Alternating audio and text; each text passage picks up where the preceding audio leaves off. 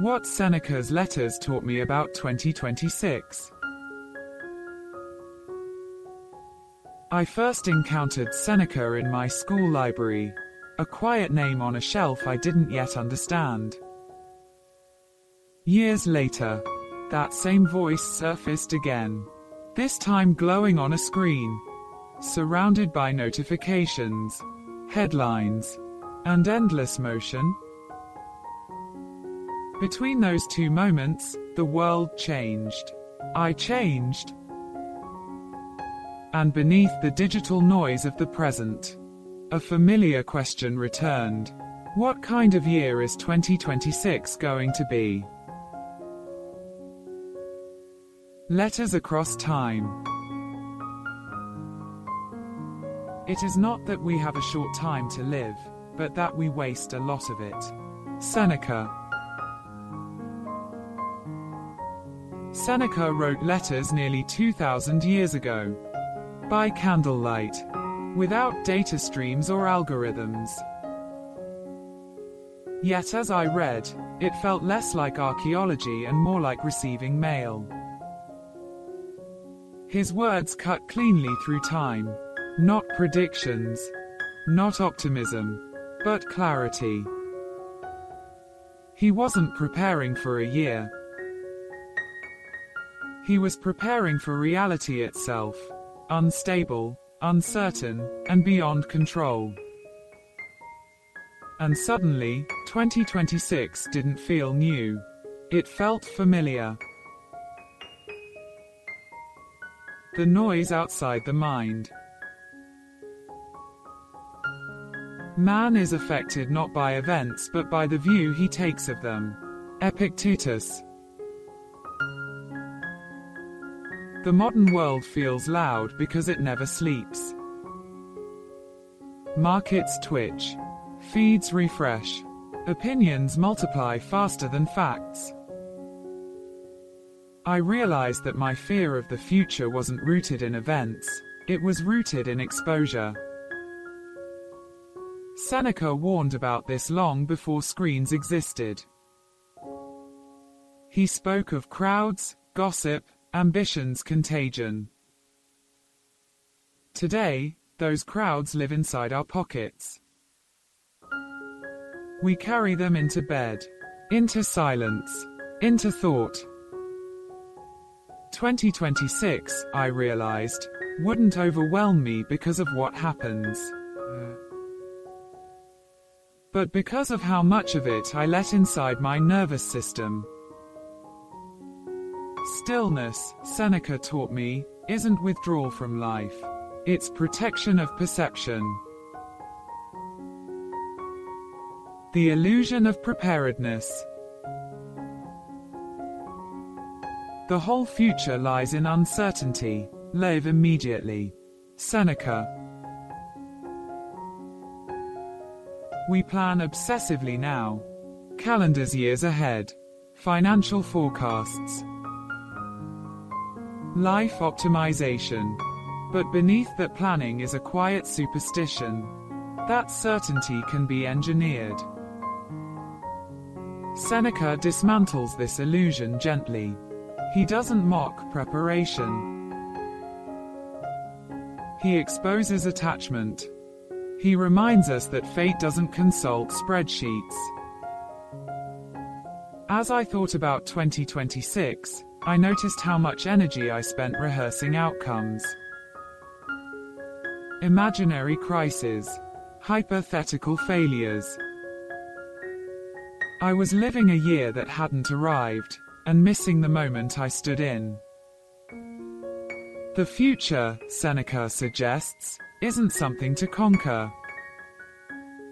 It's something to meet, awake, grounded, and unafraid of surprise.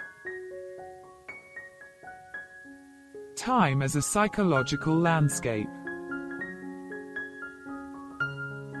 Time is the most valuable thing a man can spend. Theophrastus.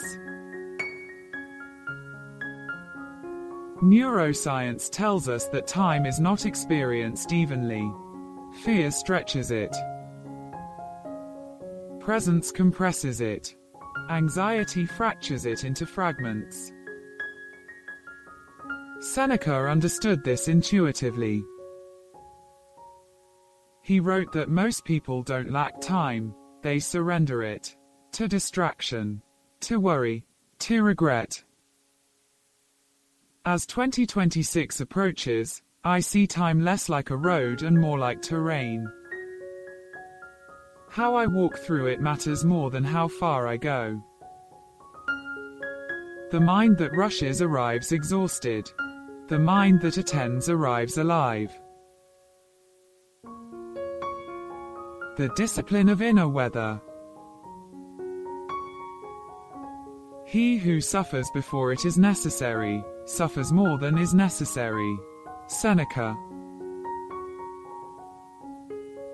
There's a difference between awareness and anticipation. One is grounded, the other is anxious.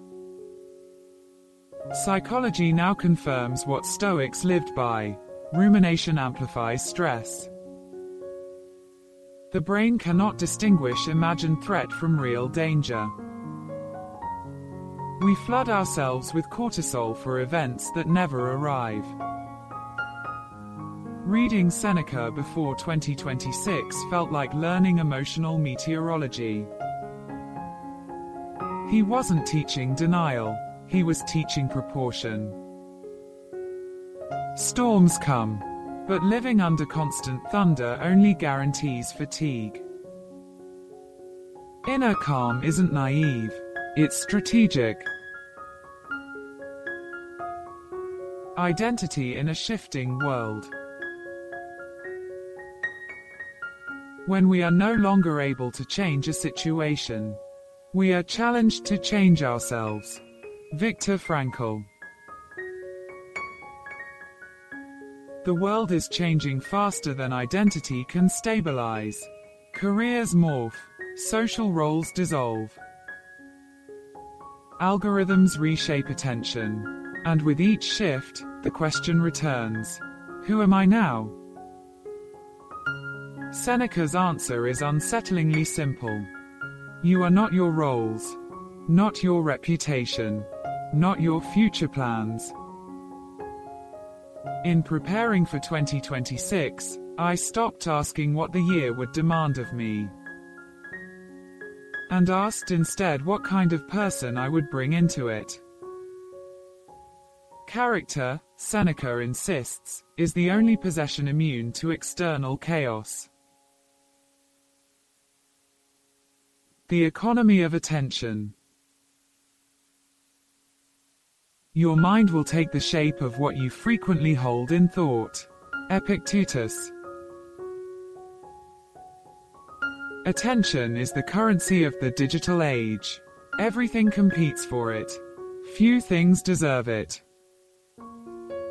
Seneca warned that scattered attention produces scattered lives. Modern neuroscience agrees. Constant context switching erodes depth, memory, and emotional regulation. As 2026 approaches, the real question isn't what technologies will emerge, but whether we will remain sovereign over our own awareness. To attend is to choose. To choose is to live deliberately. Solitude without escape. Be a crowd to yourself. Seneca. Solitude today is misunderstood. It's confused with isolation or escape. But Seneca describes something else: internal companionship. I noticed how uncomfortable silence had become. How quickly I filled gaps with sound, content, stimulation. Preparing for uncertainty, Seneca suggests, requires learning to sit with one's own thoughts, not to dominate them, but to know them. The mind that cannot tolerate itself will always seek refuge in distraction. Mortality as a teacher. It is not death that a man should fear, but never beginning to live. Marcus Aurelius. Seneca never lets us forget that time is finite. Not as threat, but as clarity. When I thought about 2026 through this lens, urgency softened into appreciation. Mortality stripped trivial worries of power. The future stopped feeling like a test and began to feel like a gift. Unwrapped one moment at a time. To remember death is not morbid. It's orienting. The science of acceptance. The greatest weapon against stress is our ability to choose one thought over another. William James.